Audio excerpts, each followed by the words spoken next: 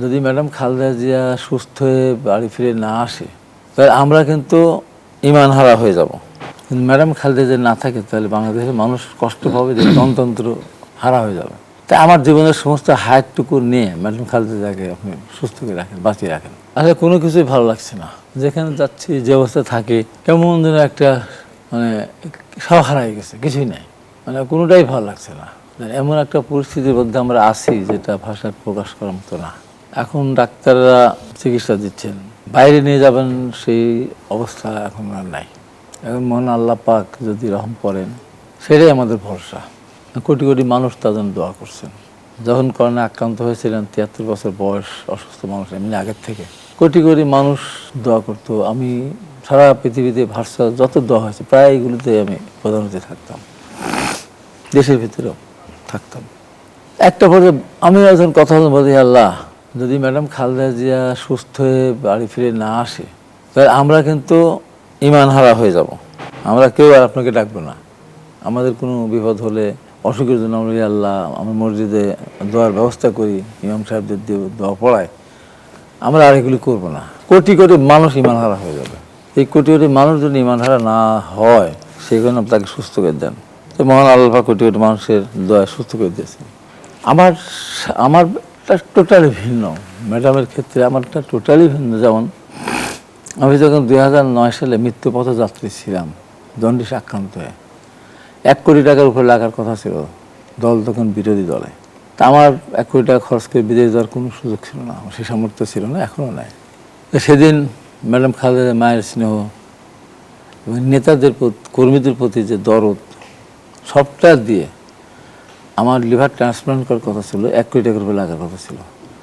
আমার দেশে হাসপাতালে, কেয়ার হসপিটালে, মডার্ন হসপিটালে পাসপোর্ট কথা শুরু করে আমার সমস্ত টাকা ম্যাডাম খালেদার পক্ষ থেকে খরচ করা হয়েছিল। পরে লিভার ট্রান্সপ্লান্ট করা লাগে নাই, তাও তো 40-50 লাখ টাকা লেগেছিল। আমি সেদিন হয়তো চলে যেতে পারতাম। যার জন্য ম্যাডাম খালেদা যখন মাঝখানে খুব গুরুতর অসুস্থ হয়ে গেছিলেন, আমি যখন মন থেকে নামাজ পড়ে আল্লাহর কাছে দেখি, আল্লাহ আমি তো 2009 সালে চলেই গিয়েছিলাম, তা আমি যদি না থাকি আমার পরিবার কষ্ট পাবে। কিন্তু ম্যাডাম খালেদা যদি না থাকে তাহলে বাংলাদেশের মানুষ কষ্ট পাবে যে গণতন্ত্র হারা হয়ে যাবে। তাই আমার জীবনের সমস্ত হায়াতটুকু নিয়ে ম্যাডাম খালেদা জিয়াকে আপনি সুস্থ করে রাখেন, বাঁচিয়ে রাখেন। মন থেকে আমি বলেছি, আজকেও বলছে এই দেশে একটা নির্বাচন হবে, কত গুরুত্বপূর্ণ ওনার বেঁচে থাকা, আল্লাহ না করুক, মনেই করতে চায় না, দেশে নির্বাচনও হবে না। পরিস্থিতি এরকম পড়ে আমাদের এত খারাপ, এটা নিতে পারবো না। তা আমি এই জন্য আল্লাহর কাছে আজকে আবার বলছি, আমাকে দল মনোনয়ন দিয়েছে, নির্বাচন হলে ইনশাল্লাহ অনেক ষড়যন্ত্র হবে, তারপর জনগণের ভালোবাসা নিয়ে বিপুল ভোটে জয়লাভ করবো। তারপরে বলছে আমার নির্বাচন করার দরকার নেই, আমার হায়ারটুকু ম্যাডাম খালেদাকে দিয়ে দিই।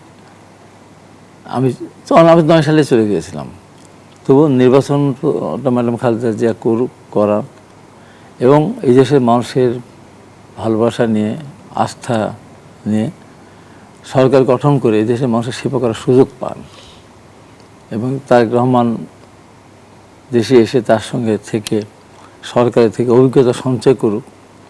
তারপরে মানুষ তো কেউই আমরা টিকে থাকবো না, বেঁচে থাকবো না, 2 বছর 3 বছর যদি আল্লাহ বাঁচিয়ে রাখে দেশটা সামনে এগিয়ে যাবে। আমার হায়ারটু আজকে ওর বলতে চাচ্ছি, এর আগে যখন ওনার খুব খারাপ অবস্থা ছিল, লিভার ট্রান্সপ্লান্ট করার কথা ছিল, আপনি জানেন, জি, আমি বলেছিলাম আমার লিভার দেবো। বয়সের কারণে আমার লিভার যদি না লাগে তাহলে আমারও 4টে ভাই আছে, আমার যে কোনো ভাই যারটা লাগবে তারটা আমি দিয়ে দেবো।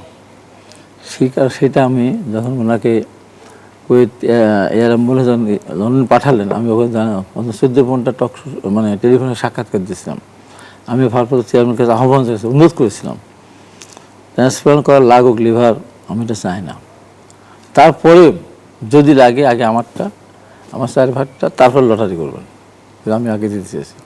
আজকে দেখেন কত মানুষ ছাগল মানে তার জন্য করে দিচ্ছে, মেশিনদের খাওয়াচ্ছে, কেউ লিভার দিতে চাচ্ছে। আমি গত পরশুদিন 29 তারিখে আমার এলাকায় একটা বিশাল কর্মী সভা ছিল, হাজার হাজার ছেলে মেয়ে, সেখানে একজন হাফেজ সাহেব মুনাদ পরিচালনা করলেন।